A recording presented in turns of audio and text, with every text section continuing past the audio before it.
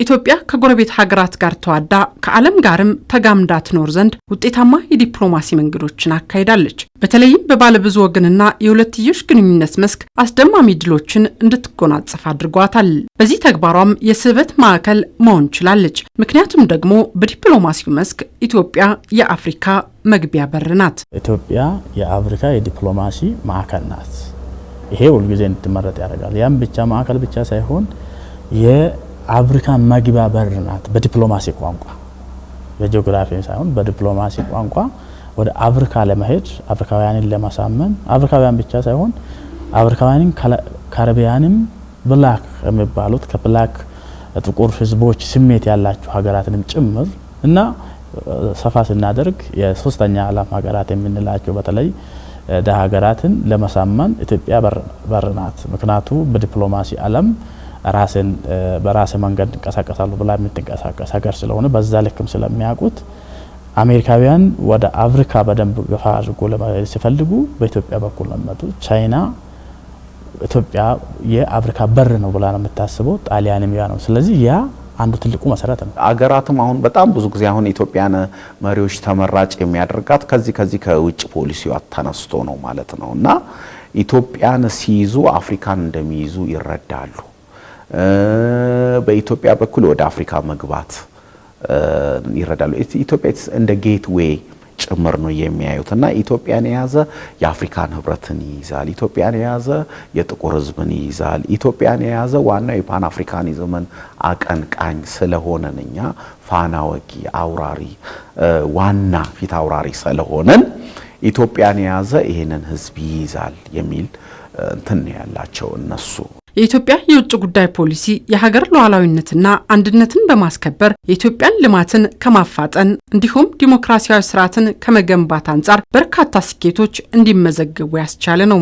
ይህ ሲሆን ግን ለጎረቤት ሀገራት ቅድሚያ የመስጠት መርህን በመከተል በቀጠናው ከጥርጣሬ ይልቅ በትብብርና በጋራ ተጠቃሚነት ላይ የተመሰረተ ጠንካራ ትስስር እንዲፈጠር በማድረግ ጭምር ነው። ይህ ደግሞ በበርካታ የዓለም መሪዎችና ከፍተኛ ባለስልጣናት እንድትጎበኝ አድርጓታል። ዓለም ላይ ያሉት ሀያላን የሚባሉት ሀገራት ውስጥ ኢትዮጵያን ያረገጠ የለም።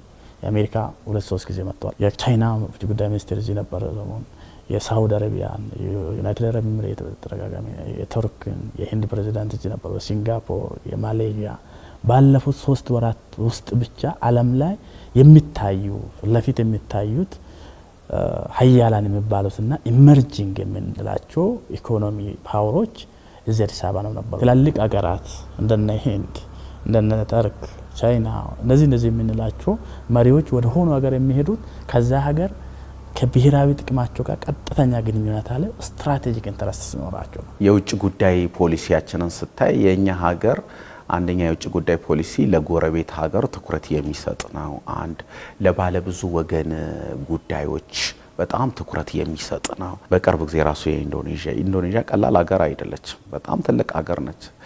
መሪዋ ኢኮኖሚካሊ አሁን ሳለ በጣም እየተተኮሱ ያሉ ሀገር ውስጥ ከምትባለች የፈረንሳይ ፕሬዚዳንት፣ የጣሊያን ፕሬዚዳንት በተለያየ ጊዜ የተለያዩ ሀገሮች መሪዎች ይመጣሉና እንዲመጡ የሚያደርጋቸው ፖሊሲያችን አንደኛ የዓለምን ፍትሃዊነትን፣ ባለብዙሃነትን እንደዚሁም ደግሞ ለጎረቤት ሀገር ቅድሚያ መስጠታችንን እኩልነትን ይሄን ትኩረት ሰጥተን ስለምንሰራ ነው ኢትዮጵያን ብዙ ጊዜ ተመራጭ አድርገው እንትን የሚሏት ማለት ነው። በተያዙ ዓመት ብቻ ጠቅላይ ሚኒስትር ዶክተር አብይ አህመድ ከተለያዩ ሀገራት መሪዎች ጋር በመወያየት ኢኮኖሚያዊ፣ ፖለቲካዊና ማህበራዊ እንዲሁም የህዝብ ለህዝብ ግንኙነቶችን ማጠናከር የሚያስችሉ ምክክሮችን አድርጓል።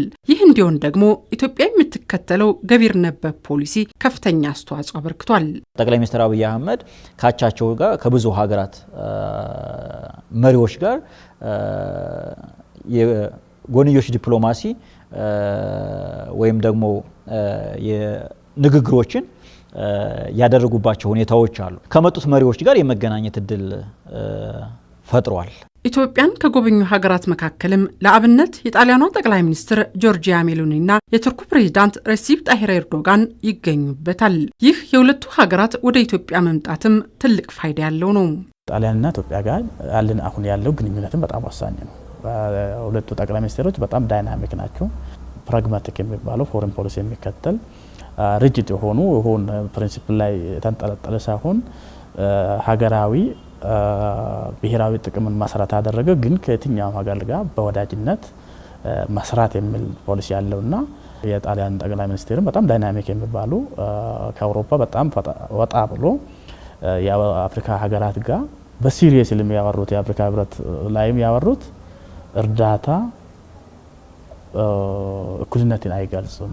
ኮኦፐሬሽን እኩልነት የሚሆኑ በኢንቨስትመንት ነው፣ እኩል በመታየት ነው ብሎ ሲያነሱ የነበሩትና ትንሽ ወጣ ብሎ ከአውሮፓ ሪጂድ የሆነ ሰብአዊ መብት ሌሎች የሚባሉ ወጣ ብሎ ጠንከር ያለው ፕራግማቲክ የሆነ አካሄድ ስለሚያካሂዱ የኢትዮጵያና የጣሊያን ፖሊሲ በጣም ማች እንዲያደርግ ያድርጓል። በሁለትዮሽ ግንኙነት ስንመለከት ቱርክና ኢትዮጵያ ረጅም የዲፕሎማሲ ግንኙነት ከመሰረተችባቸው ሀገራት ውስጥ አንደኛው ቱርክ ናት።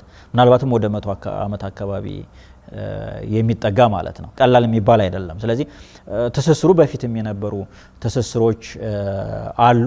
አሁን ያለውን ሁኔታ ስንመለከት ግን የሁለቱ ሀገራት የባይላተራል ግንኙነት ጠንካራ ከሚባለው ውስጥ ነው። ቻይና፣ ህንድ እነኚህ ከኢትዮጵያ ጋር በንግድና በኢንቨስትመንት በመጀመሪያ ደረጃ ረድፍ ላይ ልናገኛቸው የምንችላቸው ሀገራት ናቸው። የዓለም መሪዎች ወደ ኢትዮጵያ መምጣት የሚያሳየን ኢትዮጵያ የቀጠናው ብቻ ሳይሆን የሀገሩ የፖለቲካ ስበት ማዕከል መሆኗን ማረጋገጧን ነው።